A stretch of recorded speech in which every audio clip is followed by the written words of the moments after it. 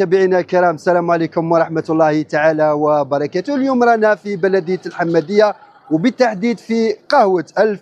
بما أنه سعر القهوة ولا القهوة راهو حديث العام والخاص، راح ندخلوا المقهى هذا ونشوفوا اسكو السعر تاع القهوة راهو تبدل ولا مازال ب 1000 فرنك.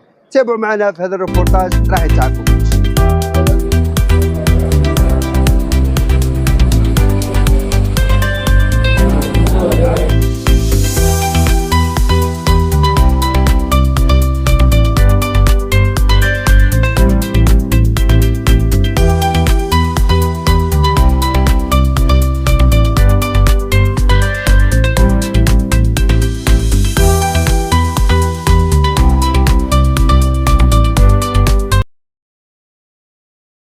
متابعينا الكرام، كما نكم بلي رانا في قهوة ألف، خاصة مع الضجة الكبيرة مع ارتفاع أسعار البن في الجزائر والانخفاض اللي راهو يعني في الأيام الأخيرة. يعني قهوة ألف انخفض السعر ولا ارتفع، راه يبقى نفس السعر. راهو معنا وبالصدفة خونا حسين الجيجلي اللي راهو ديما مشرفنا بالزيارة تاعو بلدية الحمادية، وحتى رانا ولينا نحسوه واحد منا كي طول ما يجيناش رانا نتحايروا عليه. مرحبا بك خونا حسين. الله يسلمك، ربي يعيشك. انا نلوم عليكم انتم على ما راكمش تجيوني هنا كل خطره نجيكم. مروح اخويا عندنا البحر، نروح نوكلكم نشربكم وكلش من عندي. خويا ما تخلص والو.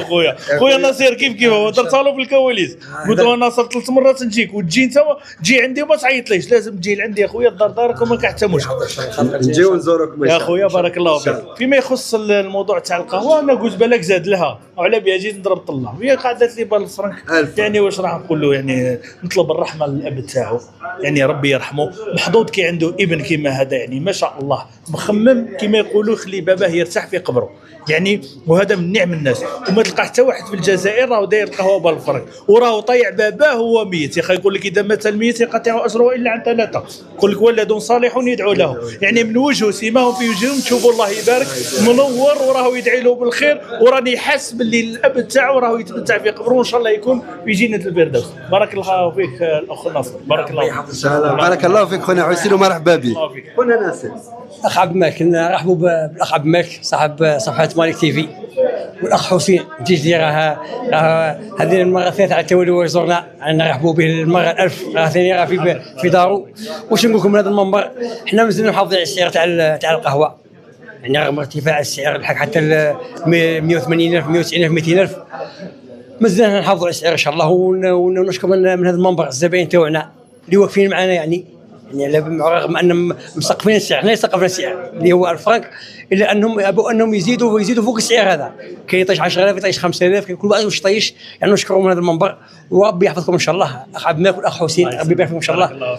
ومرحبا بكم توجور. الله يحفظك. متابعينا الكرام، كنا معكم من قهوة 1000 فرنك، وبالصدفة رانا تلاقينا، واحسن صدفة تلاقينا بالاخ حسين جيجلي. نتمنى له كل التوفيق، هذا الرجل الطيب الذي احبه كل الجزائريين. تلاقوا في فيديوهات واحد اخرين ان شاء الله. السلام عليكم.